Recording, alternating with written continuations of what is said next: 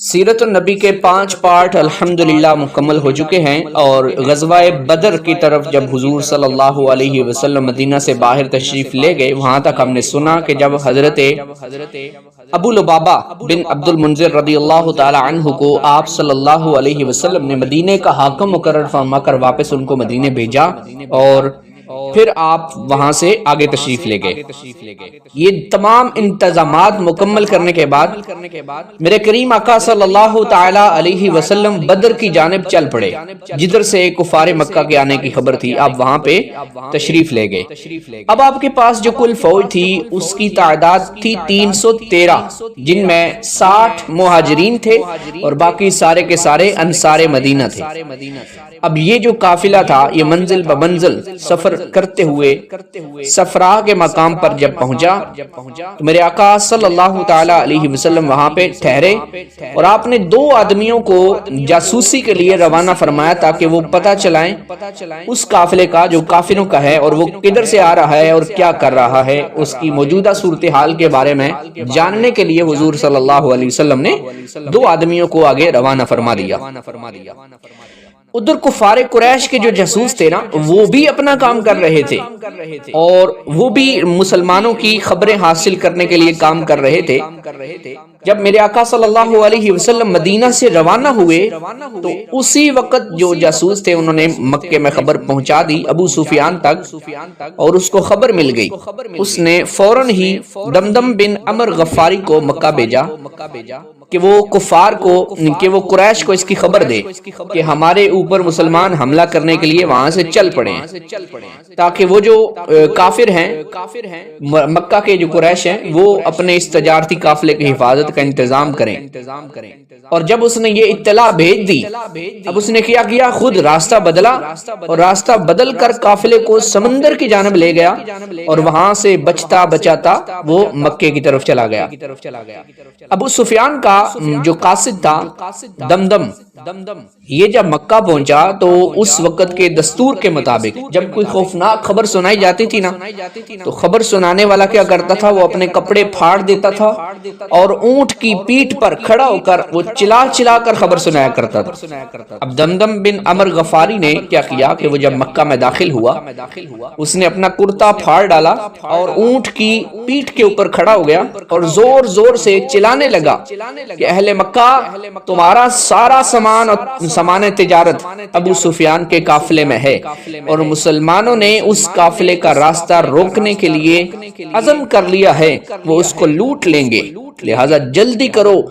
بہت جلدی کرو، اپنے اس قافلے کو بچانے کے لیے ہتھیار لے کر دوڑ پڑو۔ اب جب کافروں میں یہ خوفناک خبر پہنچی، اس قدر ہلچل مچ گئی کہ مکے کا جو سارا امن و سکون تھا وہ غارت ہو گیا۔ سارے قبائل جو قریش کے تھے وہ سارے کے سارے اپنے گھروں سے نکل پڑے، اور سرداران مکہ میں صرف ابو لہب اپنی بیماری کی وجہ سے نہیں نکلا، باقی سارے کے سارے نکل آئے۔ اس کے سوا، ابو لہب کے سوا جو باقی تمام رؤسائے قریش تھے وہ اپنے ہتھیار لے کر نکلے، اور دیگر لوگ بھی اپنے اپنے پاس جو ہتھیار تھے وہ لے کر وہاں سے اکٹھے ہو گئے۔ مقام نخلہ کا واقعہ آگئی ابھی تازہ ہی تھا جو کہ میں نے پہلے بیان کیا ہے، جس میں عمر بن الحضرمی جو تھا وہ مسلمانوں کے ہاتھوں سے مارا گیا تھا، اور اس کے قافلے کو مسلمانوں نے لوٹ بھی لیا تھا۔ اسی لیے جو کفار قریش تھے وہ جوش انتقام میں آپے سے باہر ہو رہے تھے، اور آنن فانن 1000 کا لشکر جرار تیار ہو گیا کہ جس کا ہر سپاہی پوری طرح مسلح اور دور ہتھیار۔ فوج کی خوراک کا انتظام تو یہ تھا کہ قریش کے جو مالدار لوگ تھے جیسے عباس بن عبد المطلب، عتبہ بن ربیعہ، حارث بن عامر اور نضر بن ابن الحارث، ابو جہل، امیہ، یہ جو اس طرح کے جتنے بھی دیگر بڑے بڑے سردار تھے، انہوں نے باریاں مقرر کر لی کہ روزانہ 10 اونٹ اپنی اپنی طرف سے ذبح کریں گے، اور پھر وہ روزانہ 10 اونٹ ذبح کرتے اور پورے لشکر کو کھلاتے تھے۔ عتبہ بن ربیعہ جو قریش کا سب سے بڑا رئیس تھا، رئیس اعظم تھا بلکہ، اس نے پورے لشکر کی کمان سنبھال لی اور پورے لشکر کا وہ سپہ سالار بن گیا۔ اب ابو سفیان جو تھے وہ عام راستے سے مڑ کر ساحل سمندر کے راستے پہ چل پڑے اور خطرہ کے مقامات سے بہت دور پہنچ گئے۔ ان کو اپنی حفاظت کا پورا اطمینان ہو چکا تھا اور اس نے قریش کے ایک تیز رفتار قاصد کے ذریعے خط بھیج دیا کہ تم لوگ اپنے مال اور آدمیوں کو بچانے کے لیے اپنے گھروں سے ہتھیار لے کر نکل پڑے تھے، لیکن اب ہم محفوظ ہیں، لہٰذا سارے لوگ اپنے اپنے گھروں کو واپس لوٹ جاؤ، کیونکہ ہم لوگ مسلمانوں سے بچ کر صحیح سلامت مکہ پہنچ رہے ہیں۔ ابو سفیان کا یہ خط کفار مکہ کو اس وقت ملا جب وہ مقام جحفہ پہ تھے۔ اب وہاں پہ خط جب پڑھا گیا تو خط پڑھ کر قبیلہ بنو زہرہ اور قبیلہ بنو عدی کے سرداروں نے کہا کہ اب مسلمانوں سے لڑنے کی کوئی وجہ تو باقی رہی نہیں ہے، لہٰذا ہم لوگوں کو واپس لوٹ جانا چاہیے۔ اتنا کہنا تھا کہ ابو جہل بدبخت جو وہاں پہ سن رہا تھا وہ بگڑ گیا اور کہنے لگا کہ ہم خدا کی قسم اس شان سے بدر تک جائیں گے اور وہاں اونٹ بھی ذبح کریں گے، خوب کھائیں گے اور کھلائیں گے، شراب پیئیں گے، ناچ رنگ کی محفلیں جمائیں گے، تاکہ تمام قبائل عرب پر ہماری عظمت اور شوکت کا سکہ بیٹھ جائے اور وہ ہمیشہ ہم سے ڈرتے رہیں۔ کفار قریش نے ابو جہل کی اس رائے کو مان دیا اور اس پر عمل بھی کیا، لیکن بنو زہرہ اور بنو عدی یہ دونوں قبیلے واپس چلے گئے۔ ان دونوں قبیلوں کے سوا باقی جو کفار قریش تھے وہ تمام قبائل جو تھے وہ جنگ بدر کے لیے بدر کے مقام میں حاضر ہو گئے۔ اب کفار جو تھے وہ چونکہ مسلمانوں سے پہلے بدر میں پہنچ گئے تھے، اس لیے مناسب جگہوں پر ان لوگوں نے اپنا قبضہ جما لیا تھا۔ حضور صلی اللہ علیہ وسلم جب بدر کے قریب پہنچے تو شام کا وقت تھا۔ حضرت علی، حضرت زبیر، حضرت سعد بن ابی وقاص رضی اللہ تعالی عنہم کو آپ نے آگے بدر کی طرف بھیجا تاکہ یہ لوگ دیکھیں کفار قریش کے بارے میں اور خبریں لائیں۔ ان حضرات نے آگے جا کر جو قریش تھے ان کے دو غلاموں کو پکڑ لیا جو لشکر کفار کے لیے پانی بھرنے پر مقرر تھے۔ حضور صلی اللہ علیہ وسلم کی بارگاہ میں ان کو لے کر آ گئے۔ میرے آقا صلی اللہ علیہ وسلم نے ان غلاموں سے دریافت فرمایا کہ یہ بتاؤ کہ اس قریشی فوج میں قریش کے سرداروں میں سے کون کون ہے؟ تو دونوں غلاموں نے بتایا کہ عتبہ بن ربیعہ بھی موجود ہے، شیبہ بن ربیعہ بھی موجود ہے، ابو البختری بھی موجود ہے، حکیم بن حزام نوفل بھی ہے، نوفل بن خویلد بھی ہے، حارث بن عامر بھی ہے، اور بہت سارے، ابو جہل بھی ہے یہاں پہ، امیہ بن خلف بھی ہے، عمر بن عبدود بھی ہے اور عباس بن مطلب بھی ہیں۔ یہ سارے جو سرداران قریش ہیں یہ اس لشکر کے اندر موجود ہیں۔ یہ جب فہرست سنی نا میرے آقا صلی اللہ علیہ وسلم نے تو حضور صلی اللہ علیہ وسلم اپنے اصحاب کی طرف متوجہ ہوئے اور فرمایا مسلمانوں سن لو، مکہ نے اپنے جگر کے ٹکڑوں کو تمہاری طرف ڈال دیا ہے۔ حضور صلی اللہ علیہ وسلم نے جب بدر کے مقام پر نزول فرمایا تو ایک ایسی جگہ پڑاؤ ڈالا جہاں پہ نہ تو کوئی کنواں تھا نہ کوئی چشمہ تھا، اور وہاں کی زمین اتنی ریتلی تھی کہ گھوڑے کے جو پاؤں تھے وہ زمین میں دھنستے تھے۔ یہ دیکھ کر حضرت حباب بن منذر رضی اللہ تعالی عنہ برگاہ رسالت میں حاضر ہوئے اور عرض کرنے لگے یا رسول اللہ صلی اللہ علیہ وسلم، آپ نے پڑاؤ کے لیے جس جگہ کو منتخب فرمایا ہے یہ وحی کی روح سے ہے یا فوجی تدبیر سے ہے؟ میرے حضور صلی اللہ علیہ وسلم نے فرمایا کہ اس کے بارے میں کوئی وحی نہیں اتری ہے۔ تو حضرت حباب بن منذر رضی اللہ تعالی عنہ آپ نے عرض کی کہ پھر میری رائے میں جنگی تدابیر کی روح سے بہتر یہ ہے کہ ہم کچھ آگے بڑھیں اور پانی کے چشموں پر قبضہ کر لیں تاکہ کفار جن کنووں پر قابض ہیں وہ بیکار ہو جائیں، کیونکہ انہی چشموں سے ان کے کنووں میں پانی تو جا رہا ہے۔ میرے حضور صلی اللہ علیہ وسلم نے ان کی اس رائے کو پسند کیا اور اسی پر عمل بھی کیا۔ خدا کی شان کہ اچانک بارش شروع ہو گئی، جس سے میدان کی جو گرد تھی اور ریت تھی وہ تو جم گئی، جس پر مسلمانوں کے لیے چلنا آسان ہو گیا، اور کفار کی جو زمین تھی وہ مٹی والی تھی، لیکن اب بارش کی وجہ سے اس زمین پر کیچڑ ہو گئی، جس پر ان کو چلنے پھرنے میں دشواری ہونے لگی، اور مسلمانوں نے بارش کا پانی روک کر جا بجا حوض بھی بنا لیے، اور انہی حوضوں سے وہ پانی سے وضو اور غسل کرتے تھے۔ اسی احسان کو خدا وند عالم نے قرآن پاک میں اس طرح بیان فرمایا کہ وَيُنَزِّلُ عَلَيْكُم مِّنَ السَّمَاءِ مَاءً لِيُطَهِّرَكُم بِهِ، خدا نے آسمان سے پانی برسا دیا تاکہ وہ تم لوگوں کو پاک کر دے۔ سبحان اللہ۔ رمضان شریف کی 17واں دن تھا، 2 ہجری تھی، جمعرات کی رات تھی۔ تمام جو فوجیں تھیں وہ تو آرام اور چین کی نیند سو رہی تھی، مگر ایک خیمے میں ایک ذات ایسی تھی، ایک سرور کائنات صلی اللہ علیہ وسلم تھے، جو ساری رات خدا وند عالم سے لو لگائے دعا میں مصروف تھے۔ صبح جب نمودار ہوئی، میرے آقا صلی اللہ علیہ وسلم نے لوگوں کو نماز کے لیے اٹھایا، اور پھر نماز کے بعد قرآن پاک کی آیات جہاد سنا کر ایسا لرزہ خیز اور ولولہ انگیز واز فرمایا کہ مجاہدین اسلام کی رگوں کے خون کا قطرہ قطرہ جوش و خروش کا سمندر بن کر طوفانی موجیں مارنے لگا، اور لوگ میدان جنگ میں جانے کے لیے بےتاب نظر آنے لگے۔ رات ہی کو میرے آقا صلی اللہ علیہ وسلم نے اپنے چند جانثاروں کو اپنے ساتھ لیا اور میدان جنگ کا معائنہ فرمایا۔ اس وقت میرے حضور صلی اللہ علیہ وسلم کے ہاتھ مبارک میں ایک چھڑی تھی، اور آپ اس چھڑی سے زمین پر لکیر بناتے تھے اور دائرے لگاتے اور فرماتے یہ جگہ ہے جہاں پہ فلاں کافر کل قتل ہو جائے گا، کل یہاں فلاں کافر کی لاش پڑی ہوئی ملے گی۔ سبحان اللہ، اللہ اکبر کبیرہ۔ روایات میں آتا ہے، صحابہ اس بات پر گواہ ہیں کہ اللہ کے نبی نے جو فرمایا ایسا ہی ہوا کہ دوسرے دن جس جگہ جس کافر کی قتل گاہ بتائی تھی، اس کافر کی لاش ٹھیک اسی جگہ پائی گئی، ان میں سے کسی ایک نے لکیر سے بال برابر بھی تجاوز نہ کیا۔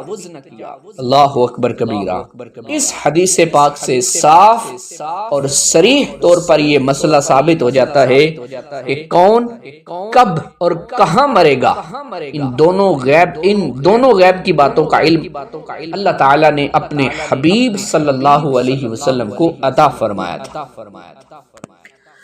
اب کفار قریش جو تھے وہ بھی لڑنے کے لیے بےتاب تھے، مگر ان لوگوں میں کچھ سلجھے دل اور سلجھے ہوئے دماغوں کے لوگ بھی موجود تھے جو خون ریزی کو پسند نہیں کرتے تھے۔ حکیم بن حزام جو بعد میں مسلمان بھی ہو گئے، یہ بہت ہی سنجیدہ اور نرم خو تھے۔ انہوں نے اپنے لشکر کے سپاہ سالار عتبہ بن ربیعہ سے کہا کہ آخر اس جنگ کا فائدہ کیا؟ آخر اس خون ریزی کا کیا فائدہ؟ میں تو آپ کو ایک نہایتی مخلصانہ مشورہ دیتا ہوں کہ قریش کا جو کچھ مطالبہ ہے وہ ہے عمر بن الحضرمی کا خون، وہ آپ کا حلیف ہے، آپ اس کا خون بہا ادا کر دیں، اس طرح یہ لڑائی ٹل جائے گی، اور آج کا دن آپ کی تاریخ زندگی میں آپ کی نیک نامی کی یادگار بن جائے گا، اور آپ کے تدبر سے ایک بہت ہی خوفناک اور خون ریز لڑائی ٹل گئی۔ اللہ اکبر کبیرہ۔ عتبہ بذات خود بہت ہی مدبر اور نیک نفس آدمی تھا، اس نے بخوشی اس مخلصانہ مشورے کو قبول کر لیا، مگر اس معاملے میں جاہلوں کے سردار ابو جہل کی منظوری بھی ضروری تھی۔ چنانچہ حکیم بن حزام جب عتبہ بن ربیعہ کا یہ پیغام لے کر ابو جہل کے پاس گئے اور ان کو یہ بات سنائی کہ ہم نے یہ مشورہ کیا ہے، اس وجہ سے لڑائی ٹل گئی ہے، جو عتبہ بن ربیعہ ہیں وہ اپنے اس جس کو قتل کیا گیا اس کا خون بہا بھی ادا کر دیں گے۔ ابو جہل کی رگے جہالت بڑک اٹھی اور اس نے ایک خون کھولا دینے والا تانا مارا اور کہا کہ ہاں ہاں میں خوب سمجھتا ہوں کہ عتبہ کی ہمت نے جواب دے دیا ہے، کیونکہ اس کا بیٹا حذیفہ مسلمان ہو کر اسلامی لشکر کے ساتھ آیا ہے نا، اس لیے وہ جنگ سے جی چراتا ہے تاکہ اس کے بیٹے پر کوئی آنچ نہ آئے۔ اور پھر ابو جہل نے اسی پر بس نہیں کیا، بلکہ عمر بن الحضرمی جو قتل ہوا تھا اس کے بھائی عامر بن الحضرمی کو بلا کر کہا کہ دیکھو تمہارے بھائی کے خون کا بدلہ لینے کی جو ساری اسکیم ہے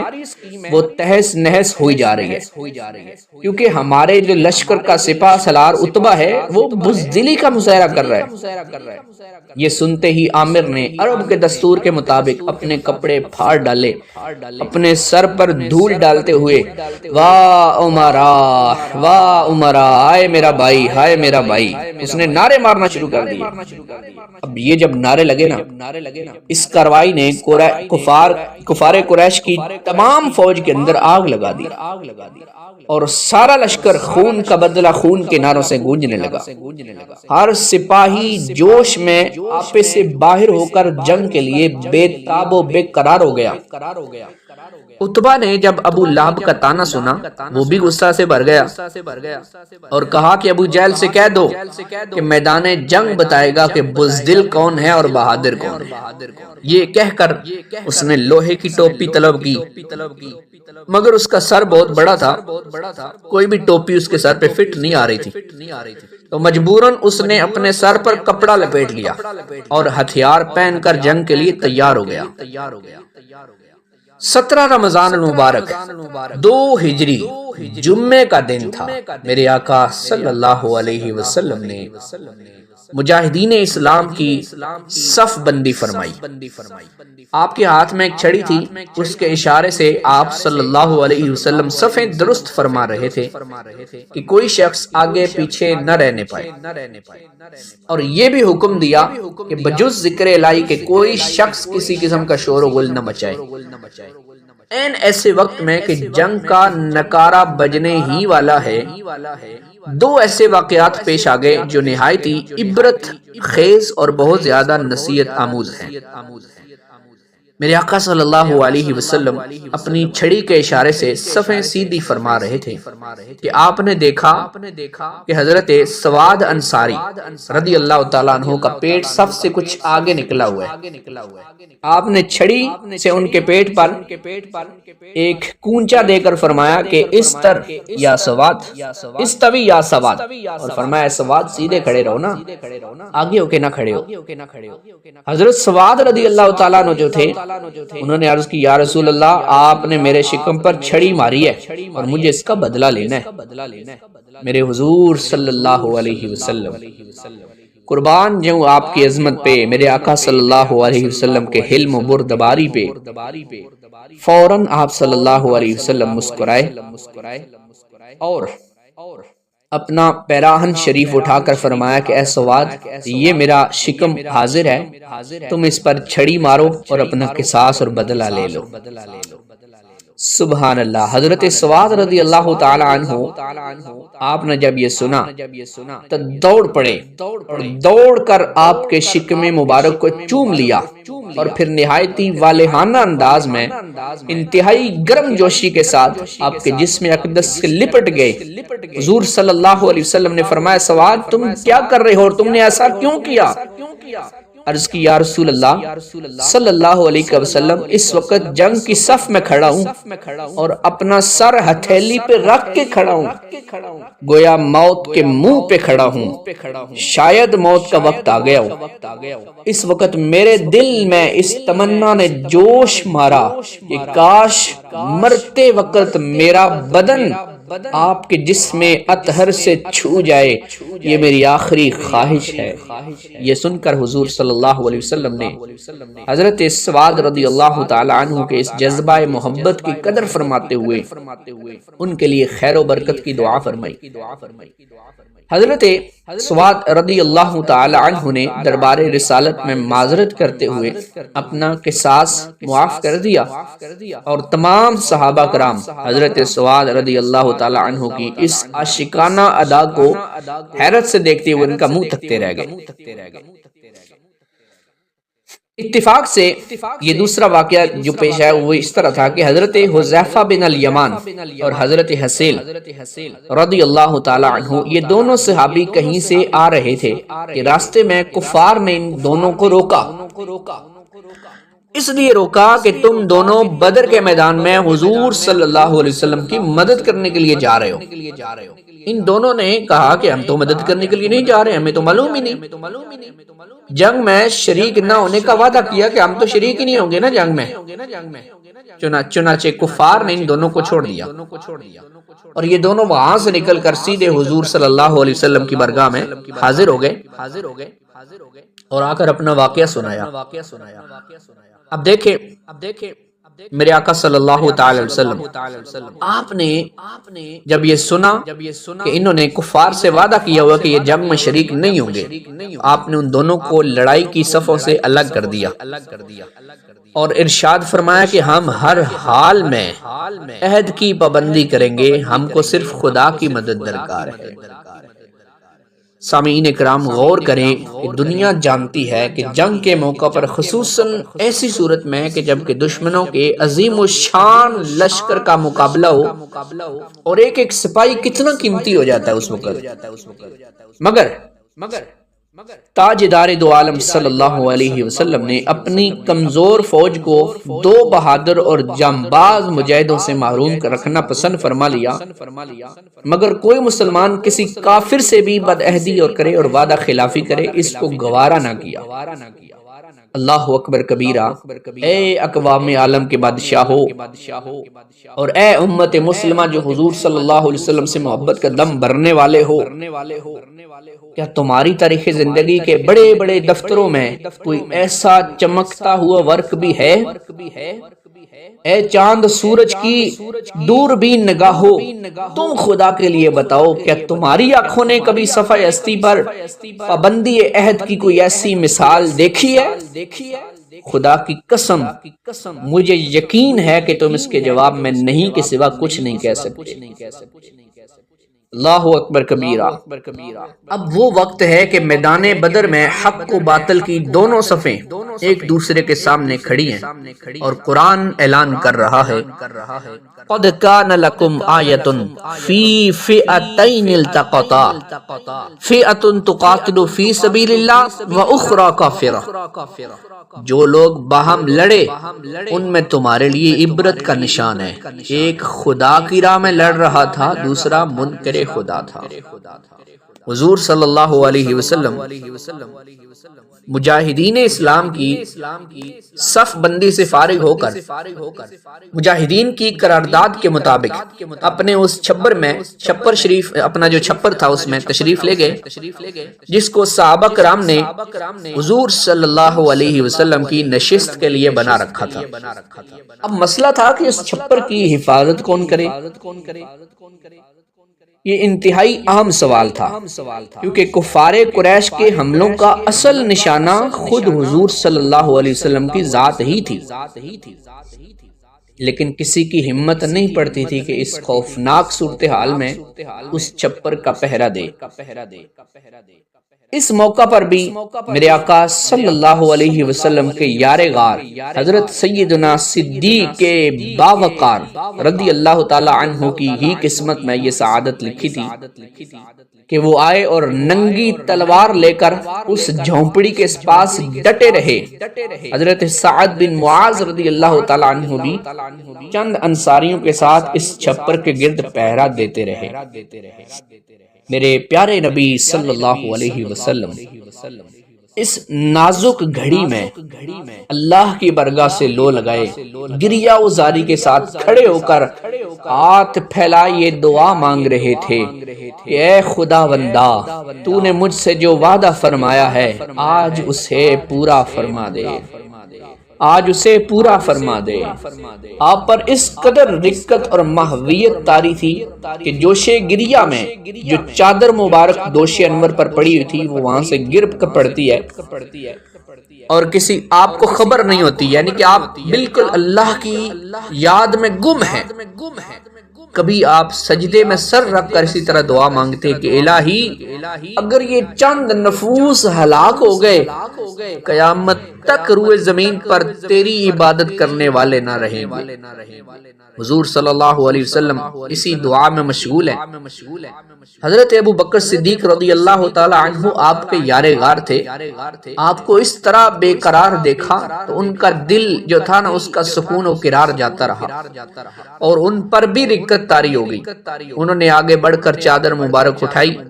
اور آپ کے مقدس کندھوں پر ڈال دی۔ آپ کا دست مبارک تھاما اور برائی ہوئی آواز میں بڑے ادب کے ساتھ عرض کی،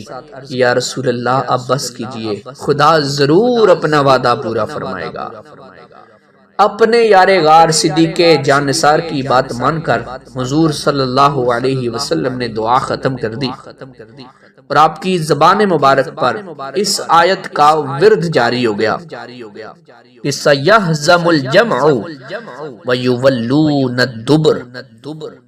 ان قریب کفار کی فوج کو شکست دے دی جائے گی اور وہ پیٹھ پھیر کر بھاگ جائیں گے۔ آپ اس آیت کو بار بار پڑھتے رہے جس میں فتح مبین کی بشارت کی طرف اشارہ تھا۔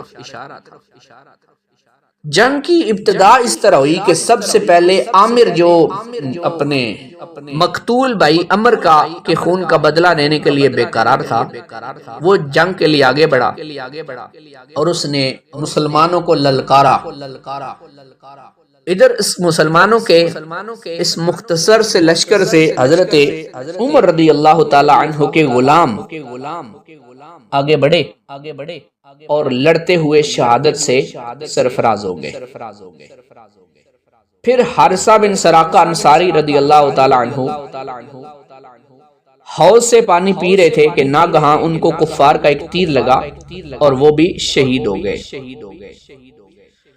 حضور صلی اللہ علیہ وسلم نے جب جوش جہاد کا واز فرماتے ہوئے یہ ارشاد فرمایا کہ مسلمانوں اس جنت کی طرف بڑھتے چلو جس کی چوڑائی آسمان و زمین کے برابر ہے، تو حضرت عمیر بن الحمام انصاری رضی اللہ تعالی عنہ بول اٹھے کہ یا رسول اللہ کیا جنت کی چوڑائی زمین و آسمان کے برابر ہے؟ عرض کی ہاں۔ یہ سن کر حضرت عمیر رضی اللہ تعالی عنہ کہنے لگے واہ واہ۔ پھر آپ نے دریافت کیا کہ کیوں اے عمیر تم نے واہ واہ کس لیے کہا؟ حضور صلی اللہ علیہ وسلم نے پوچھا کہ عمیر خیریت ہے، واہ واہ کہہ رہے ہو، بڑے خوش ہو رہے ہو ماشاءاللہ۔ عرض کی یا رسول اللہ صلی اللہ علیہ وسلم فقط اس امید پر کہ میں بھی جنت میں داخل ہو جاؤں گا۔ آپ نے خوشخبری سناتے ہوئے ارشاد فرمایا کہ عمیر تو بھی جنتی ہے۔ حضرت عمیر رضی اللہ تعالیٰ عنہ اس وقت کھجوریں کھا رہے تھے۔ یہ جب بشارت سنی نا کہ حضور نے فرمایا کہ عمیر تو بے شک جنتی ہے، تو مارے خوشی کے کھجوریں پھینک دیں اور کھڑے ہو گئے اور ایک دم کفار کے لشکر پر تلوار لے کر ٹوٹ پڑے اور جام بازی کے ساتھ لڑتے ہوئے شہید ہو گئے۔ کفار کا سپہ سالار عتبہ بن ربیعہ اپنے سینے پر شتر مرغ کا پر لگائے ہوئے اپنے بھائی شیبہ بن ربیعہ اور اپنے بیٹے ولید بن عتبہ کو ساتھ لے کر غصے میں بھرا ہوا اپنی صف سے نکل کر مقابلے کی دعوت دینے لگا۔ اب اسلامی صفوں میں سے نا حضرت عوف اور حضرت معاذ، حضرت عبداللہ بن رواحہ رضی اللہ تعالیٰ عنہ یہ تین صحابی نکلے۔ عتبہ نے ان لوگوں کا نام و نسب پوچھا۔ جب معلوم ہوا کہ یہ لوگ انصاری ہیں، عتبہ نے کہا کہ ہم کو تم لوگوں سے کوئی غرض نہیں، اور پھر عتبہ اونچی آواز سے چلا کر کہنے لگا کہ اے محمد صلی اللہ علیہ وسلم یہ لوگ ہمارے جوڑ کے نہیں ہیں، اشراف قریش کو ہم سے لڑنے کے لیے میدان میں بھیجے نا۔ حضور صلی اللہ علیہ وسلم نے حضرت حمزہ، حضرت علی، حضرت عبیدہ رضی اللہ تعالی عنہ کو حکم دیا کہ آپ لوگ ان تینوں کے مقابلے کے لیے نکلے۔ یہ تین بہادران اسلام میدان میں نکلے، چونکہ یہ تینوں حضرات سر پر خود پہنے ہوئے تھے جس سے ان کے جو چہرے تھے نا وہ چھپ گئے تھے۔ عتبہ نے ان حضرات کو پہچانا نہیں اور پوچھا کہ تم کون لوگ ہو؟ جب ان تینوں نے اپنے اپنے نام و نسب بتائے عتبہ کہنے لگا ہاں اب ہمارا جوڑ آیا ہے۔ اور جب ان لوگوں میں جنگ شروع ہوئی نا تو حضرت حمزہ اور حضرت علی رضی اللہ تعالیٰ عنہ، حضرت عبیدہ رضی اللہ تعالیٰ عنہ، انہوں نے اپنی ایمانی شجاعت کا ایسا مظاہرہ کیا کہ بدر کی زمین ہل گئی، کفار کے دل تھرا گئے، اور ان کی جنگ کا انجام یہ ہوا کہ حضرت حمزہ رضی اللہ تعالی عنہ نے عتبہ کا مقابلہ کیا۔ دونوں انتہائی بہادری کے ساتھ لڑتے رہے،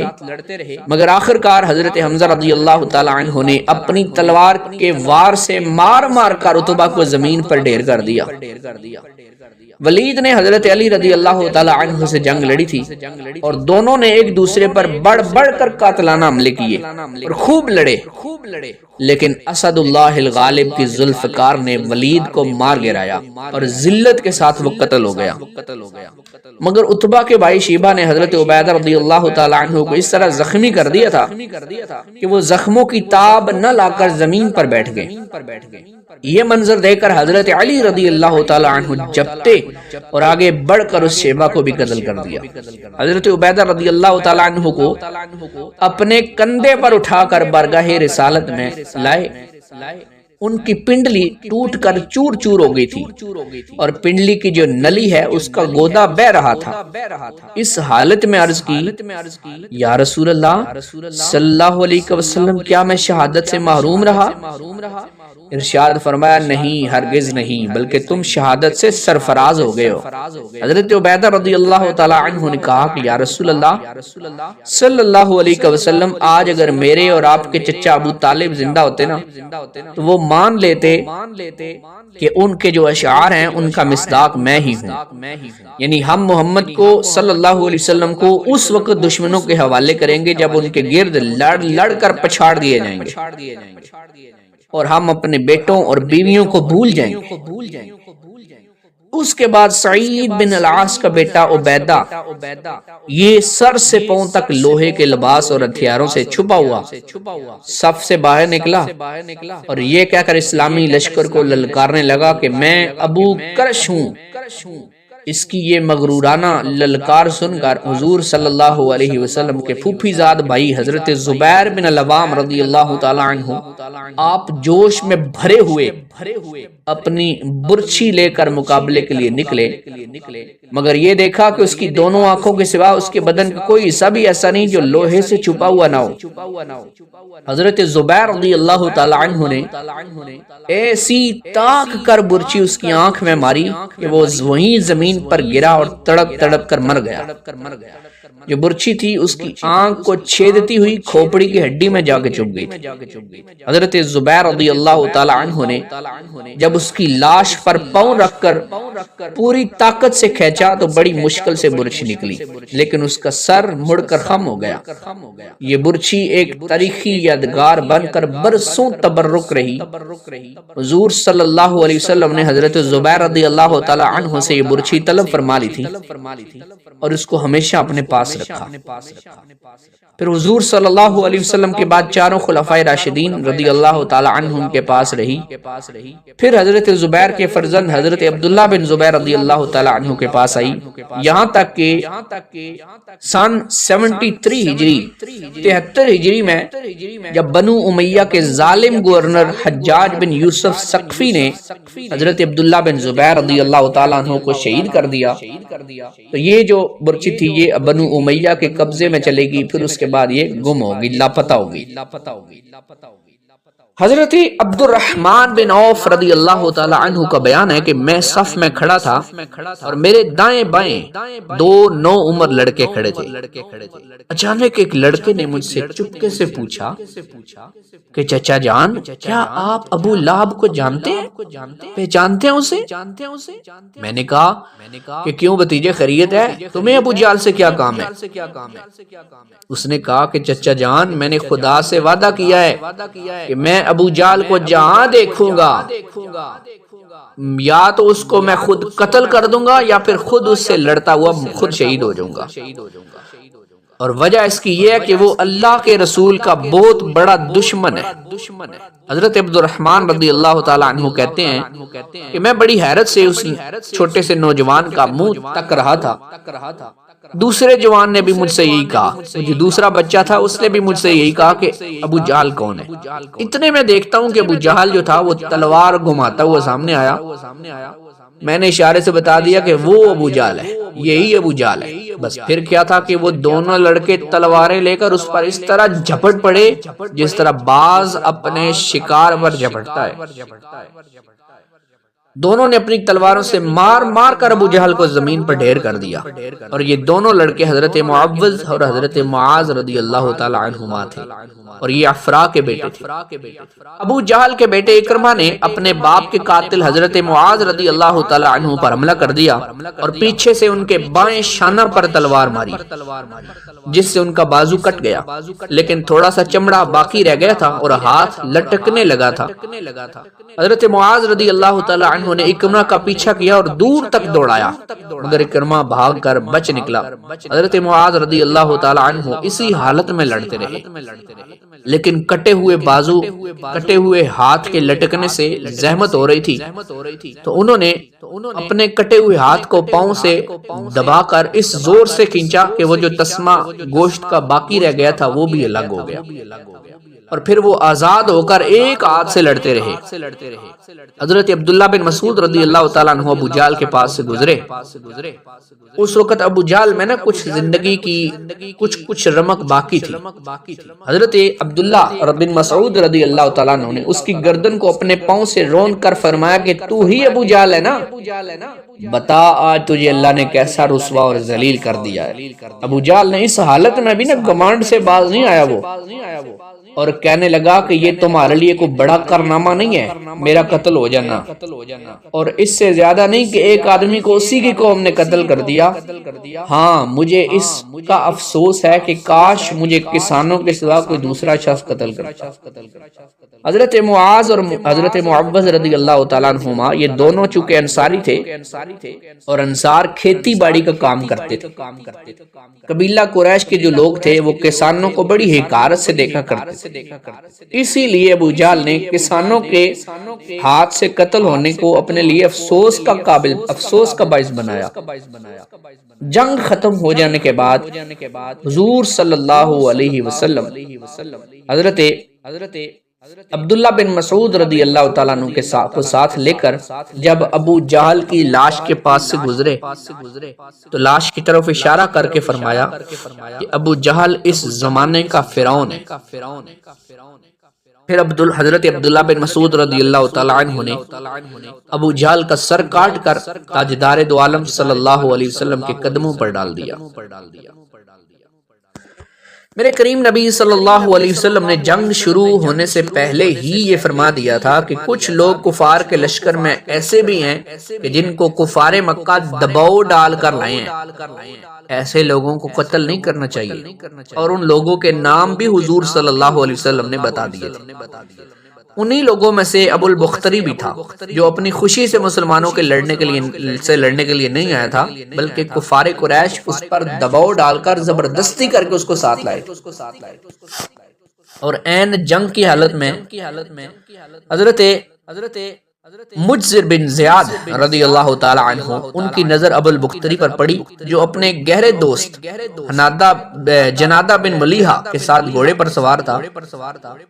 تو حضرت مجزر رضی اللہ تعالی عنہ نے فرمایا کہ ابو البختری، کیونکہ حضور صلی اللہ علیہ وسلم نے ہم لوگوں کو تیرے قتل سے منع فرمایا، اس لیے میں تجھے چھوڑ رہا ہوں۔ ابو البختری نے کہا کہ میرے ساتھی جنادہ کے بارے میں تم کیا کہتے ہو؟ حضرت مجزر رضی اللہ تعالی عنہ نے صاف صاف کہہ دیا کہ ہم اس کو تو زندہ نہیں چھوڑیں گے۔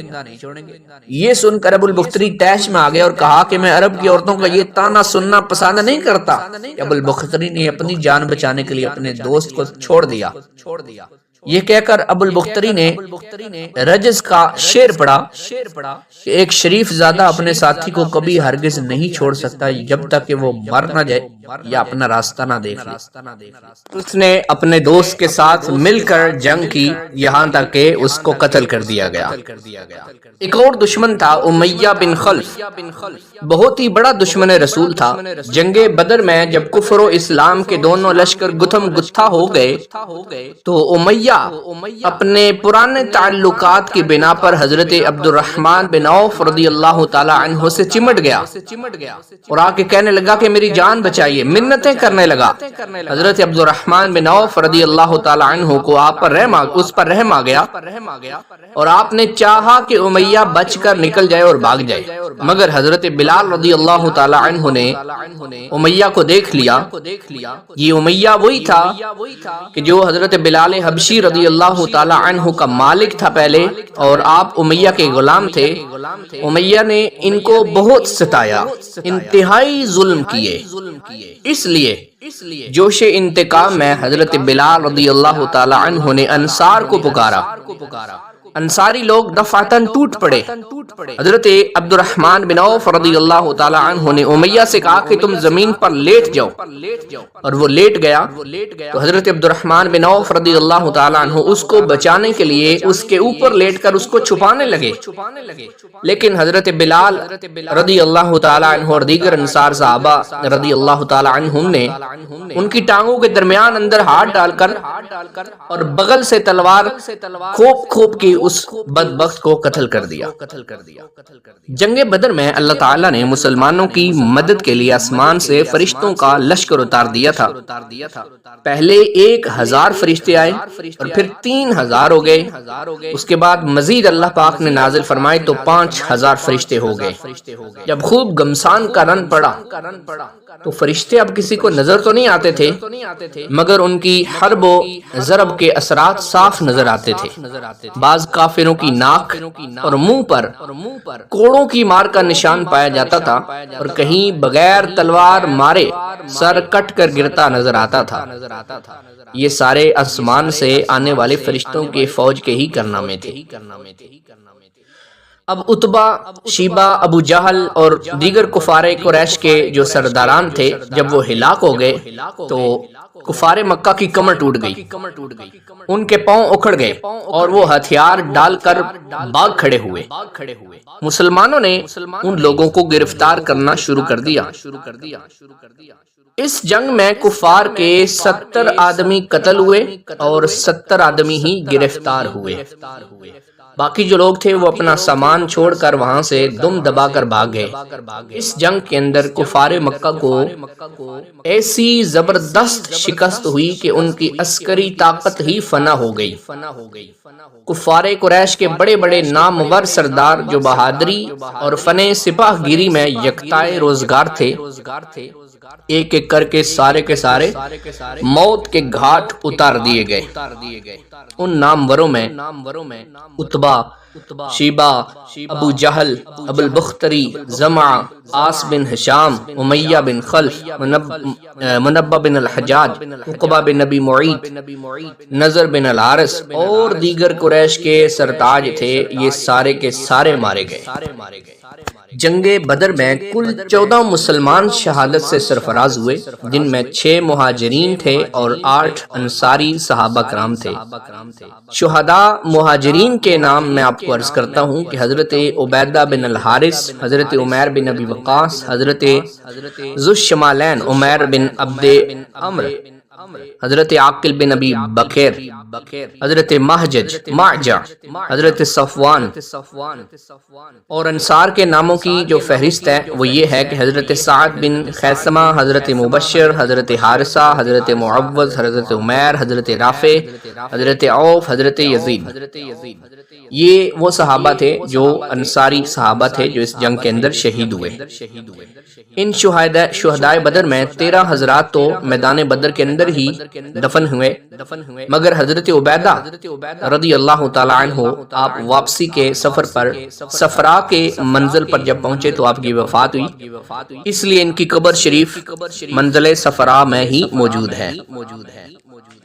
حضور صلی اللہ علیہ وآلہ وسلم کا ہمیشہ یہ طرز عمل رہا کہ جہاں کہیں کبھی کوئی لاش نظر آ جاتی تو آپ صلی اللہ علیہ وسلم اس کو دفن کروا دیتے تھے، لیکن جنگ بدر میں قتل ہونے والے کفار چونکہ تعداد میں بہت زیادہ تھے اور سب کو الگ الگ دفن کرنا ایک دشوار کام تھا، اس لیے تمام لاشوں کو نبی کریم صلی اللہ علیہ وآلہ وسلم نے بدر کے ایک گھڑے میں ڈال دینے کا حکم فرمایا۔ چنانچہ صحابہ کرام رضی اللہ تعالی عنہم اجمعین نے تمام لاشوں کو گھسیٹ کر گڑھے میں ڈال دیا۔ امیہ بن خلف کی لاش پھول گئی تھی، صحابہ کرام نے اس کو گھسیٹنا چاہا تو اس کے اعضاء الگ الگ ہونے لگے، اس لیے اس کی لاش وہیں مٹی میں دبا دی گئی۔ اب جب کفار کی لاشیں بدر کے گڑھے میں ڈال دی گئیں تو حضور سرور عالم صلی اللہ علیہ وآلہ وسلم نے اس گھڑے کے کنارے کھڑے ہو کر مقتولین کا نام لے کر پکارا، اس طرح کہ اے عتبہ بن ربیعہ، اے شیبہ بن ربیعہ، اے فلاں اے فلاں، کیا تم لوگوں نے اپنے رب کے وعدے کو سچا پایا؟ ہم نے تو اپنے رب کے وعدے کو بالکل ٹھیک سچ پایا ہے۔ حضرت عمر فاروق اعظم رضی اللہ تعالی عنہ آپ نے جب یہ دیکھا کہ حضور صلی اللہ علیہ وسلم کفار کی لاشوں سے باتیں کر رہے ہیں، ان کو بڑا تعجب ہوا، چنانچہ انہوں نے عرض کی یا رسول اللہ صلی اللہ علیہ وسلم، کیا آپ ان بے روح کے جسموں سے کلام فرما رہے ہیں؟ یہ سن کر حضور صلی اللہ علیہ وآلہ وسلم نے ارشاد فرمایا کہ اے عمر، قسم خدا کی جس کے قبضہ قدرت میں میری جان ہے، تم زندہ لوگ میری بات کو ان سے زیادہ نہیں سن سکتے، لیکن اتنی بات ہے کہ یہ مردے جواب نہیں دے سکتے۔ بخاری شریف کی اس حدیث پاک سے یہ مسئلہ ثابت ہوتا ہے کہ جب کفار کے مردے زندوں کی بات سنتے ہیں تو پھر مومنین خصوصاً اولیاء، شہداء، انبیاء علیہم السلام وفات کے بعد یقیناً ہم زندوں کا سلام کلام سنتے ہیں اور ہماری فریادوں کو بھی سنتے ہیں۔ حضور صلی اللہ علیہ وسلم نے جب کفار کی مردہ لاشوں کو پکارا تو پھر خدا کے برگزیدہ بندوں یعنی ولیوں، شہیدوں اور نبیوں کو ان کی وفات کے بعد پکارنا بھلا کیوں نہ جائز و درست ہوگا۔ اسی لیے تو حضور صلی اللہ علیہ وسلم جب مدینہ منورہ کے قبرستان میں تشریف لے جاتے تو قبروں کی طرف اپنا رخ انور کر کے یوں فرماتے کہ السلام علیکم یا اہل القبور یغفر اللہ لنا ولکم انتم سلفنا ونحن بالاثر، یعنی اے قبر والو تم پر سلام ہو، خدا ہماری اور تمہاری مغفرت فرمائے، تم لوگ ہم سے پہلے چلے گئے اور ہم تمہارے بعد آنے والے ہیں۔ حضور صلی اللہ علیہ وسلم نے اپنی امت کو بھی یہی حکم دیا ہے اور صحابہ کرام رضی اللہ تعالی عنہم اجمعین کو اس کی تعلیم دیتے تھے کہ تم لوگ جب قبروں کی زیارت کے لیے جاؤ تو السلام علیکم اہل الدیار من المؤمنین والمسلمین وَإِنَّا إِن شَاءَ اللَّهُ بِكُمْ لَلَاحِقُونَ بِكُمُ اللَّاحِقُونَ نَسْأَلُ اللَّهَ لَنَا وَلَكُمُ العافیہ۔ یہ دعا پڑھا کرو، یوں سلام کیا کرو۔ ان احادیث سے ظاہر ہوتا ہے کہ مردے جو ہیں وہ زندوں کا سلام کلام سنتے ہیں، ورنہ ظاہر ہے کہ جو لوگ سنتے ہی نہیں ان کو سلام کرنے سے کیا حاصل ہے۔ لہٰذا مردے جو اس دنیا سے چلے گئے، چاہے وہ کافروں کے ہوں چاہے وہ مسلمانوں کے ہوں، جب ان کو پکارا جائے تو ان تک آواز پہنچتی ہے، وہ سنتے ہیں۔ اللہ کے جو ولی ہوتے ہیں، اللہ تعالیٰ کے جو نیک بندے ہیں، انبیاء ہیں، شہداء ہیں، علماء ہیں، اولیاء ہیں، یہ وہ عظیم ہستیاں ہیں جو اللہ تعالیٰ کی اس عطا سے اپنے ماننے اور چاہنے والوں کے سنتے بھی ہیں اور ان کی فریادوں کو پہنچتے بھی ہیں، مگر صرف اللہ تعالیٰ کی مرضی سے۔ غزوہ بدر میں فتح کے بعد 3 دن تک حضور صلی اللہ علیہ وآلہ وسلم نے وہیں بدر میں قیام فرمایا۔ اور پھر آپ نے تمام جو اموال غنیمت تھے اور کفار قیدیوں کو بھی ساتھ لیا اور لے کر آپ کو روانہ ہو گئے، اور جب وادی صفرا میں پہنچے تب آپ نے وہاں پہ پڑاؤ کیا اور جو غنیمت کا مال تھا وہ مجاہدین کے درمیان تقسیم فرمایا۔ حضرت عثمان غنی رضی اللہ تعالی عنہ کی زوجہ محترمہ حضرت بی بی رقیہ رضی اللہ تعالی عنہا، یہ میرے پاک نبی صلی اللہ علیہ وسلم کی صاحبزادی تھی۔ جنگ بدر کے موقع پر یہ بیمار تھیں، اس لیے حضور صلی اللہ علیہ وآلہ وسلم نے حضرت عثمان غنی رضی اللہ تعالی عنہ کو صاحبزادی کی تیمارداری کے لیے مدینہ میں رہنے کا حکم دیا تھا۔ اس وجہ سے حضرت عثمان غنی رضی اللہ تعالی عنہ براہ راست جنگ بدر میں شامل نہ ہو سکے، مگر حضور صلی اللہ علیہ وسلم نے مال غنیمت میں سے ان کو بھی مجاہدین بدر کے برابر حصہ دیا اور ان کو ان کے برابر ہی اجر و ثواب کی بشارت بھی دی ہے۔ اس لیے حضرت عثمان غنی رضی اللہ تعالی عنہ کو بھی اصحاب بدر میں ہی شمار کیا جاتا ہے۔ میرے کریم نبی صلی اللہ علیہ وسلم آپ نے فتح کے بعد حضرت زید بن حارثہ رضی اللہ تعالی عنہ کو اس عظیم شان فتح کی خوشخبری سنانے کے لیے مدینہ بھیج دیا۔ حضرت زید بن حارثہ رضی اللہ تعالی عنہ جب یہ خوشخبری لے کر مدینہ پہنچے تو تمام اہل مدینہ جوش مسرت کے ساتھ میرے نبی کریم صلی اللہ علیہ وسلم کی آمد کے انتظار میں بے قرار رہنے لگے، اور جب تشریف آوری ہوئی حضور صلی اللہ علیہ وسلم کو کی مدینہ پہنچنے کی خبر پہنچی تو اہل مدینہ نے آگے بڑھ کر مقام روحا میں آپ کا پرجوش استقبال کیا۔ سبحان اللہ۔ کفار مکہ جب جنگی قیدی بن کر مدینے میں آئے تو ان کو دیکھنے کے لیے بھی بہت بڑا اجتماع مجمع اکٹھا ہو گیا، اور لوگ ان کو دیکھ کر کچھ نہ کچھ بولتے رہے۔ حضور صلی اللہ علیہ وآلہ وسلم کی زوجہ محترمہ حضرت بی بی سودا رضی اللہ تعالی عنہا ان قیدیوں کو دیکھنے کے لیے تشریف لائیں، اور یہ دیکھا کہ ان قیدیوں میں ان کے ایک رشتہ دار سہیل ہیں جو بڑے قریبی رشتہ دار ہیں،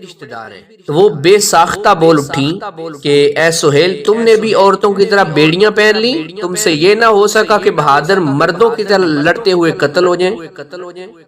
ان قیدیوں کو حضور صلی اللہ علیہ وسلم نے صحابہ کرام رضوان اللہ تعالی علیہم اجمعین میں تقسیم فرما دیا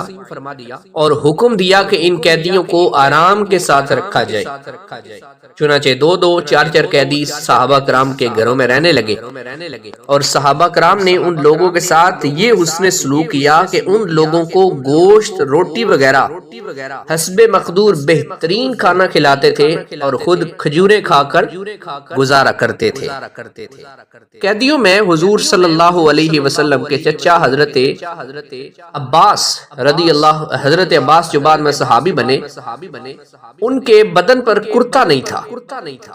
لیکن وہ اتنے لمبے قد کے آدمی تھے کہ کسی کا بھی کرتا ان کے بدن پر ٹھیک نہیں آتا تھا۔ عبداللہ بن ابی یہ منافقوں کا سردار چونکہ قد میں ان کے برابر تھا، اس لیے اس نے اپنا کرتا ان کو دیا اور انہوں نے پہن لیا۔ بخاری شریف میں یہ روایت موجود ہے کہ حضور صلی اللہ علیہ وسلم نے عبداللہ بن ابی کے کفن کے لیے جو اپنا پیراہن شریف عطا فرمایا تھا وہ اسی احسان کا بدلہ تھا۔ ان قیدیوں کے بارے میں حضور صلی اللہ علیہ وآلہ وسلم نے حضرات صحابہ کرام رضوان اللہ تعالی علیہم اجمعین سے مشورہ فرمایا کہ ان کے ساتھ کیا معاملہ کیا جائے، تو حضرت عمر رضی اللہ تعالی عنہ نے یہ رائے دی کہ سارے اسلام کے دشمن ہیں، ان کو قتل کر دینا چاہیے، اور ہم میں سے ہر شخص اپنے اپنے قریبی رشتہ دار کو اپنی تلوار سے قتل کرے۔ مگر حضرت ابوبکر صدیق رضی اللہ تعالی عنہ نے یہ مشورہ دیا کہ آخر یہ سارے لوگ تو اپنے ہی عزیز و اقارب ہیں، اپنے ہی رشتہ دار ہیں، لہذا ان کو قتل نہ کیا جائے بلکہ ان لوگوں سے بطور فدیہ کچھ رقم لے کر ان سب کو رہا کر دیا جائے۔ اس وقت مسلمانوں کی حالت بھی بہت کمزور ہے، تو فدیہ کی رقم سے مسلمانوں کی مالی امداد کا سامان بھی ہو جائے گا، اور شاید آئندہ اللہ تعالیٰ انہی لوگوں کو اسلام کی توفیق بھی نصیبت فرما دے۔ حضور صلی اللہ علیہ وسلم نے حضرت ابو بکر صدیق رضی اللہ تعالی عنہ کی سنجیدہ رائے کو پسند فرمایا اور ان قیدیوں سے 4,000 درہم فدیہ لے کر ان لوگوں کو چھوڑ دیا۔ اب قیدیوں میں کچھ لوگ ایسے تھے جو مفلس تھے، اپنی مفلسی کی وجہ سے فدیہ نہیں دے سکتے تھے، وہ یوں ہی بلا فدیہ چھوڑ دیے گئے، اور انہی قیدیوں میں کچھ لوگ ایسے تھے جو لکھنا پڑھنا جانتے تھے۔ ان میں سے ہر ایک کا فدیہ یہ تھا کہ وہ انصار کے 10 لڑکوں کو لکھنا پڑھنا سکھا دیں گے۔ انصار نے حضور صلی اللہ علیہ وآلہ وسلم سے یہ درخواست کی کہ یا رسول اللہ صلی اللہ علیہ وآلہ وسلم، حضرت عباس ہمارے بھانجے ہیں، لہذا ہم ان کا فدیہ معاف کرتے ہیں۔ لیکن حضور صلی اللہ علیہ وسلم نے یہ درخواست منظور نہیں فرمائی۔ حضرت عباس قریش کے ان 10 دولت مند رئیسوں میں سے تھے جنہوں نے لشکر کفار کے راشن کی ذمہ داری اپنے سر پر لی تھی۔ اس غرض کے لیے حضرت عباس کے پاس 20 اوقیہ سونا تھا۔ چونکہ فوج کو کھانا کھلانے میں ابھی حضرت عباس کی باری نہیں آئی تھی، اس لیے وہ سونا ابھی تک ان کے پاس محفوظ تھا۔ اس سونے کو حضور صلی اللہ علیہ وسلم نے مال غنیمت میں شامل فرما لیا۔ حضرت عباس سے مطالبہ فرمایا کہ وہ اپنا اور اپنے دونوں بھتیجوں عقیل بن ابی طالب اور نوفل بن حارث اور اپنے حلیف عتبہ بن عمر اور بن حجدم کا، یہ 4 جو شخص ہے، ان کا فدیہ ادا کرے۔ حضرت عباس کہنے لگے میرے پاس تو کوئی مال ہے ہی نہیں، میں فدیہ کہاں سے ادا کروں؟ یہ سن کر حضور صلی اللہ علیہ وسلم مسکرائے اور فرمایا کہ چچا جان، آپ کا وہ مال کہاں ہے جو آپ نے جنگ بدر کے لیے روانہ ہوتے وقت اپنی بیوی ام الفضل کو دیا تھا اور یہ کہا تھا کہ اگر میں اس لڑائی میں مارا جاؤں تو اس میں سے اتنا مال میرے لڑکوں کو دے دینا۔ اللہ اکبر کبیرہ۔ یہ سن کر حضرت عباس رضی اللہ تعالی عنہ کہہ اٹھے کہ قسم ہے اس خدا کی جس نے آپ کو حق کے ساتھ بھیجا ہے، یقیناً آپ اللہ کے رسول ہیں، کیونکہ اس مال کا علم میرے اور میری بیوی ام الفضل کے سوا کسی کو بھی نہیں تھا۔ چنانچہ حضرت عباس نے اپنا اور اپنے دونوں بھتیجوں اور اپنے حلیف کا فدیہ ادا کر کے رہائی حاصل کی۔ پھر اس کے بعد حضرت عباس اور حضرت عقیل، حضرت نوفل، یہ تینوں اسلام قبول کر کے مسلمان ہو گئے۔ جنگ بدر کے قیدیوں میں حضور صلی اللہ علیہ وسلم کے داماد ابو العاص بن ربیع بھی تھے، اور یہ حالہ بنت خویلد کے لڑکے تھے۔ حالہ حضرت بی بی خدیجہ رضی اللہ تعالی عنہا کی حقیقی بہن تھی، اس لیے حضرت بی بی خدیجہ رضی اللہ تعالی عنہا نے رسول اللہ صلی اللہ علیہ وسلم سے مشورہ لے کر اپنی بیٹی حضرت زینب رضی اللہ تعالی عنہا کا نکاح ابو العاص بن الربیع سے کیا تھا۔ حضور صلی اللہ علیہ وسلم نے جب اپنی نبوت کا اعلان فرمایا تو آپ کی صاحبزادی حضرت زینب رضی اللہ تعالی عنہا نے تو اسلام قبول کر لیا، مگر ان کے شوہر جو تھے ابو العاص وہ مسلمان نہیں ہوئے تھے، اور نہ حضرت زینب رضی اللہ تعالیٰ عنہ کو اپنے سے جدا کیا۔ ابو العاص بن ربیع نے حضرت زینب رضی اللہ تعالیٰ عنہا کے پاس قاصد بھیجا کہ فدیہ کی رقم بھیج دیں، تو حضرت زینب رضی اللہ تعالیٰ عنہا کو ان کی والدہ حضرت بی بی خدیجہ رضی اللہ تعالیٰ عنہا نے جہیز میں ایک قیمتی ہار بھی دیا تھا، تو حضرت زینب رضی اللہ تعالیٰ عنہ نے فدیہ کی رقم کے ساتھ وہ ہار بھی اپنے گلے سے اتار کر مدینہ بھیج دیا۔ جب حضور صلی اللہ علیہ وسلم کی نظر اس ہار پر پڑی تو حضرت بی بی خدیجہ رضی اللہ تعالی عنہا اور ان کی محبت کی یاد نے دل مبارک پر ایسا رقت انگیز اثر ڈالا کہ آپ رو پڑے، اور صحابہ سے فرمایا کہ اگر تم لوگوں کی مرضی ہو تو بیٹی کو اس کی ماں کی یادگار واپس کر دو۔ یہ سن کر تمام صحابہ کرام رضی اللہ تعالی عنہم نے سر تسلیم خم کر دیا، اور یہ ہار حضرت بی بی زینب رضی اللہ تعالی عنہا کے پاس مکہ واپس بھیج دیا۔ ابو العاص رہا ہو کر جب مدینہ سے مکہ آئے تو حضرت بی بی زینب رضی اللہ تعالیٰ عنہا کو مدینہ بھیج دیا۔ ابو العاص خود بہت بڑے تاجر تھے، یہ مکہ سے اپنا سامان تجارت لے کر شام گئے اور وہاں سے خوب نفع کما کر مکہ آ رہے تھے کہ مسلمان مجاہدین نے ان کے قافلے پر حملہ کیا اور ان کا سارا مال و اسباب لوٹ لیا۔ یہ مال غنیمت تمام سپاہیوں پر تقسیم ہو گیا۔ ابو العاص جو تھے وہ چھپ کر مدینہ پہنچے۔ حضرت زینب رضی اللہ تعالی عنہا نے ان کو پناہ دے کر اپنے گھر میں اتارا۔ حضور صلی اللہ علیہ وسلم نے صحابہ کرام سے فرمایا کہ اگر تم لوگوں کی خوشی ہو تو ابو العاص کو ان کا سارا مال اور سامان واپس کر دو۔ فرمان رسالت کا اشارہ پاتے ہی تمام مجاہدین نے سارا مال اور سارا سامان ابو العاص کے سامنے رکھ دیا۔ ابو العاص اپنا سارا مال لے کر واپس مکہ آئے اور اپنے تمام تجارت کے شریکوں کو پائی پائی کا حساب سمجھایا اور سب کو ان کے حصہ کی رقم ادا کر کے اپنے مسلمان ہونے کا اعلان کر دیا اور اہل مدینہ سے کہہ دیا کہ میں یہاں آ کر سب کا پورا حساب ادا کر کے مدینہ جا رہا ہوں تاکہ کل کوئی یہ نہ کہہ سکے کہ ابو العاص ہمارا روپیہ لے کر اور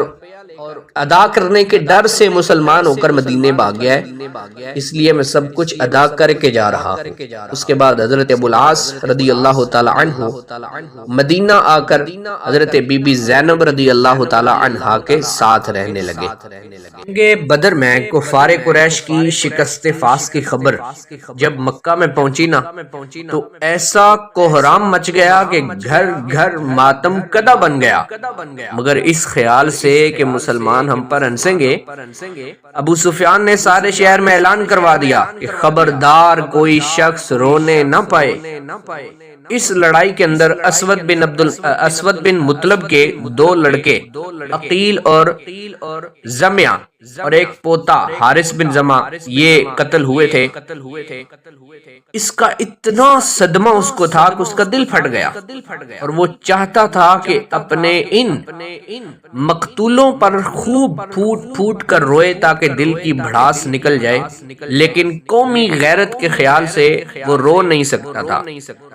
مگر دل ہی دل میں گھٹتا اور کڑتا رہتا تھا۔ آنسو بہاتے بہاتے یہ اندھا ہو گیا۔ ایک دن شہر میں کسی عورت کے رونے کی آواز آئی تو اس نے اپنے غلام کو بھیجا کہ دیکھو کون رو رہا ہے، کیا بدر کے مقتولوں پر رونے کی اجازت ہو گئی ہے؟ میرے سینے میں رنج و غم کی آگ سلگ رہی ہے، میں بھی رونے کے لیے بے قرار ہوں۔ غلام نے بتایا کہ ایک عورت ہے اور اس کا اونٹ گم ہو گیا ہے، وہ اس اونٹ کے غم میں رو رہی ہے۔ اسود شاعر تھا، یہ سن کر بے اختیار اس کی زبان سے یہ دردناک اشعار نکل پڑے جس کے لفظ لفظ سے خون ٹپک رہا ہے۔ کہتا ہے کہ اتبقی ان یدل لہا بعید ویمنعها من النوم السہود،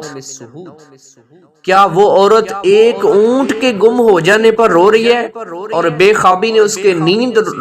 کو روک دیا ہے؟ فلا تبقی علی بکر ولکن علی بدر تقاصرت الجدود، اور وہ ایک اونٹ پر نہ روئے لیکن بدر پر روئے جہاں قسمتوں نے کوتاہی کی ہے۔ کہتا ہے کہ اگر تجھ کو رونا ہے تو عقیل پر رو، حارث پر رو جو شیروں کا شیر تھا، اور ان سب پر رویا کر، مگر ان سبوں کے نام مت لے۔ اور ابو حکیمہ زمہ کا تو کوئی ہمسر ہی نہیں تھا، ان کا تو کوئی ہم پلہ ہی نہیں تھا، اور پھر وہ دھاڑے مار مار کر رونے لگا۔ ایک دن ایسا ہوا کہ عمیر اور صفوان یہ دونوں حتیم کعبہ میں بیٹھے ہوئے مقتولین بدر پر آنسو بہا رہے تھے۔ ایک دم صفوان بول اٹھا کہ اے عمیر، میرا باپ اور دوسرے رؤسائے مکہ جس طرح بدر میں قتل ہوئے نا، ان کو یاد کر کر کے میرے سینے میں دل پاش پاش ہو رہا ہے، ٹکڑے ٹکڑے ہو رہا ہے، اور اب زندگی کا کوئی مزہ باقی رہ ہی نہیں گیا۔ عمیر نے کہا اے صفوان تم سچ کہتے ہو، میرے سینے میں بھی انتقام کی آگ بھڑک رہی ہے، میرے اعزاء و اقربا بھی بدر کے میدان میں بے دردی کے ساتھ قتل کیے گئے ہیں اور میرا بیٹا مسلمانوں کی قید میں ہے۔ خدا کی قسم اگر میں قرض دار نہ ہوتا نا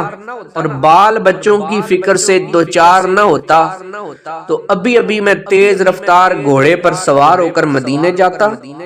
اور معاذ اللہ دم زدن میں دھوکہ سے محمد صلی اللہ علیہ وسلم کو قتل کر کے فرار ہو جاتا۔ یہ سن کر صفوان نے کہا کہ عمیر تم اپنے قرض اور بچوں کی فکر نہ کرو، لو میں تم سے وعدہ کرتا ہوں اور خدا کے گھر میں بیٹھ کے وعدہ کرتا ہوں کہ تمہارا سارا قرضہ بھی میں ادا کروں گا، تمہارے بچوں کی پرورش کا ذمہ بھی میں لوں گا۔ اس معاہدے کے بعد جو عمیر تھا وہ سیدھا گھر آیا اور تلوار کو زہر میں ڈبویا، زہر میں بجھائی ہوئی تلوار لے کر وہ گھوڑے پر سوار ہو گیا۔ جب مدینہ میں مسجد نبوی کے قریب پہنچا تو حضرت عمر رضی اللہ تعالی عنہ آگے سے آگے اور انہوں نے اس کو پکڑ لیا اور اس کا گلا دبائے، گردن پکڑے ہوئے گھسیٹتے ہوئے دربار رسالت میں لے گئے۔ حضور صلی اللہ علیہ وسلم نے پوچھا عمیر کس ارادے سے آئے ہو؟ عمیر کہنے لگا کہ میں اپنے بیٹے کو چھڑانے کے لیے آیا اور تو میرا کوئی آنے کا مقصد نہیں ہے۔ میرے نبی کریم صلی اللہ علیہ وسلم نے فرمایا عمیر کیوں ایسی باتیں کرتے ہو؟ وہ لمحہ یاد نہیں ہے کہ جب تم نے اور صفوان نے حتیم کعبہ میں بیٹھ کر میرے قتل کی سازش کی؟ یاد کرو نا، تم تو اسی نیت سے آئے ہو اور تلوار کو بھی زہر میں بجھا کے لائے ہو۔ عمیر یہ راز کی بات سن کر سناٹے میں آ گیا اور کہنے لگا کہ میں گواہی دیتا ہوں کہ بے شک آپ ہی اللہ کے رسول ہیں، کیونکہ خدا کی قسم میرے اور صفوان کے سوا اس راز کی کسی کو بھی خبر نہ تھی۔ اللہ اکبر کبیرہ۔ ادھر مکہ میں جو صفوان تھا وہ حضور صلی اللہ علیہ وسلم کے قتل کی خبر سننے کے لیے انتہائی بے قرار تھا اور دن گن کر عمیر کے آنے کا انتظار کر رہا تھا، مگر جب اس نے ناگہاں یہ سنا کہ عمیر مسلمان ہو گیا تو فرط حیرت سے اس کے پاؤں کے نیچے سے زمین نکل گئی اور وہ بو کھلا گیا۔ حضرت عمیر رضی اللہ تعالی عنہ مسلمان ہو کر مکہ واپس آئے اور جس طرح وہ پہلے مسلمانوں کے خون کے پیاسے تھے اب وہ کافروں کی جان کے دشمن بن گئے۔ انتہائی بے خوفی اور بہادری کے ساتھ مکہ میں اسلام کی تبلیغ کرنے لگے، یہاں تک کہ ان کی دعوت اسلام سے بڑے بڑے کافروں کے اندھیرے دلوں میں نور ایمان کی روشنی سے اجالا ہو گیا، اور یہی عمیر اب صحابی رسول حضرت عمیر رضی اللہ تعالی عنہ کہلانے لگے۔ جو صحابہ کرام رضوان اللہ تعالی علیہم اجمعین جنگ بدر میں جہاد میں شریک ہو گئے تھے، وہ تمام صحابہ میں ایک خصوصی شرف کے ساتھ ممتاز ہیں۔ ان خوش نصیبوں کے فضائل میں ایک بہت ہی عظیم الشان فضیلت یہ ہے کہ ان سعادت مندوں کے بارے میں حضور صلی اللہ علیہ وآلہ وسلم نے یہ ارشاد فرمایا ہے کہ بے شک اللہ تعالی اہل بدر سے واقف ہے اور اس نے یہ فرما دیا ہے اب تم جو عمل چاہو کرو، بلا شبہ تمہارے لیے جنت واجب ہو چکی ہے۔ سبحان اللہ۔ یا پھر یوں فرمایا کہ میں نے تمہیں بخش دیا ہے۔ ابو لہب مکے کا یہ بھی سردار تھا، یہ جنگ بدر میں شریک نہیں ہو سکا۔ جب کفار قریش شکست کھا کر مکہ واپس آئے تو لوگوں کی زبانی جنگ بدر کے حالات سن کر ابو لہب کو انتہائی رنج و ملال ہوا۔ اس کے بعد ہی وہ بڑی چیچک کی بیماری میں مبتلا ہو گیا اور بیماری کی وجہ سے اس کا تمام بدن سڑ گیا۔ 7 دن لگاتار وہ اس بیماری میں مبتلا رہا اور 8ویں دن مر گیا۔ عرب کے لوگ چیچک سے بہت ڈرتے تھے اور اس بیماری میں مرنے والے کو بہت ہی منحوس سمجھتے تھے، اس لیے جب ابو لہب مر گیا تو اس کے بیٹوں نے 3 دن تک اس کی لاش کو ہاتھ نہیں لگایا، لیکن پھر یہ خیال آیا کہ لوگ تانے ماریں گے، کیا کہیں گے لوگ۔ انہوں نے ایک گڑھا کھودا اور لمبی لمبی لکڑیاں لی اور لکڑیوں سے اس کی لاش کو دھکے لگاتے ہوئے، دھکیلتے ہوئے، گھسیٹتے ہوئے لے گئے اور اس گڑھے میں لاش کو گرا دیا اور اوپر سے مٹی ڈال دی۔ بعض مورخین نے یہ بھی لکھا ہے کہ دور سے لوگوں نے اس گڑھے میں اس قدر پتھر پھینکے تھے کہ ان پتھروں سے اس بدبخت کی لاش چھپ گئی۔ یہ ہوتا ہے اللہ اور اس کے رسول کے دشمنوں کا انجام۔ رمضان شریف سن 2 ہجری میں حضور صلی اللہ علیہ وآلہ وسلم جنگ بدر کے معرکہ سے واپس ہو کر مدینہ شریف واپس لوٹے۔ اس کے بعد شوال کی 15 تاریخ تھی اور یہی سن 2 ہجری تھا۔ اس میں غزوہ بنی قینقاع یہ پیش آیا۔ جیسے کہ میں پہلے ہی بتا چکا ہوں کہ مدینہ کے اطراف میں یہودیوں کے 3 بڑے قبیلے تھے، ایک بنو قینقاع اور ایک بنو نذیر، بنو قریظہ۔ ان تینوں سے مسلمانوں کا معاہدہ ہوا تھا کہ ہم آپس میں جنگ نہیں کریں گے، مگر جنگ بدر کے بعد جس قبیلے نے سب سے پہلے معاہدہ توڑا وہ قبیلہ بنو قینقاع کے یہودی تھے۔ یہ سب سے زیادہ بہادر سمجھے جاتے تھے اور یہ وہاں ارد گرد میں پورے علاقوں میں عرب کے اندر بہت دولت مند تھے۔ واقعہ یہ پیش آیا کہ ایک برقع پوش عرب عورت یہودیوں کے بازار میں آئی اور دکانداروں نے شرارت شروع کر دی، عورت کو چھیڑنا شروع کر دیا اور اس عورت کا برقع اتار دیا، ننگا کر دیا۔ اس پر تمام یہودی کہکے لگا کر ہنسنے لگے۔ عورت جو ہے وہ چلائی تو اونچی آواز سے اس نے بلایا۔ ایک عرب وہاں پہ موجود تھا، وہ دوڑتا ہوا آیا اور آ کر جب اس کو معلوم ہوا کہ اس دکاندار نے شرارت کی ہے تو اس نے اس دکاندار کو قتل کر دیا۔ اس پر یہودیوں اور عربوں میں لڑائی شروع ہو گئی۔ حضور صلی اللہ علیہ وسلم کو جب خبر ہوئی تو آپ بھی تشریف لائے اور یہودیوں کی اس غیر شریفانہ حرکت پر ملامت فرمانے لگے۔ اس پر بنو قینقاع کے خبیث یہودی بگڑ گئے اور بولے کہ جنگ بدر کی فتح سے آپ مغرور نہ ہو جائیں، مکہ والے جنگ کے مقابلے میں بے ڈنگے تھے، اس لیے آپ نے ان کو مار لیا۔ اگر ہم سے آپ کا سابقہ پڑھا نا تو آپ کو معلوم ہو جائے گا جنگ کس چیز کا نام ہے اور لڑنے والے کیسے ہوتے ہیں۔ جب یہودیوں نے معاہدہ توڑ دیا تو حضور صلی اللہ علیہ وسلم نے 15 شوال سن 2 ہجری کے دن ان یہودیوں پر حملہ کر دیا اور یہودی جو بڑے بڑے دعوے کر رہے تھے یہ جنگ کی تاب نہ لا سکے اور اپنے قلعوں کا پھاٹک بند کر کے قلعہ بند ہو گئے۔ 15 دن لگاتار محاصرہ ان کا جاری رہا اور بالآخر یہودی جو ہے وہ مغلوب ہو گئے اور ہتھیار ڈال دینے پر مجبور ہو گئے۔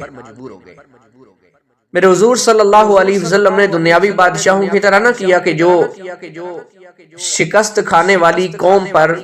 یک بارگی حملہ کر کے ان کے مردوں کو قتل کر دیں، عورتوں کو غلام بنا لیں، بچوں کو بھی مار ڈالیں، ایسا ہرگز نہیں کیا۔ میرے آقا صلی اللہ علیہ وسلم نے صحابہ کرام علیہم رضوان اللہ علیہم اجمعین سے مشورہ کیا کہ اب یہ یہودی ہیں، انہوں نے ہتھیار پھینک دیے اور وعدہ بھی انہوں نے توڑا تھا، تو صحابہ کرام سے مشورے کے ساتھ ان یہودیوں کو میرے آقا صلی اللہ علیہ وسلم نے شہر بدر کر دیا، یعنی مدینے سے ان کو بولا کہ آپ مدینے سے چلے جاؤ، اور یہ عہد شکن بد ذات یہودی ملک شام کے مقام ازرعات میں جا کر آباد ہو گئے۔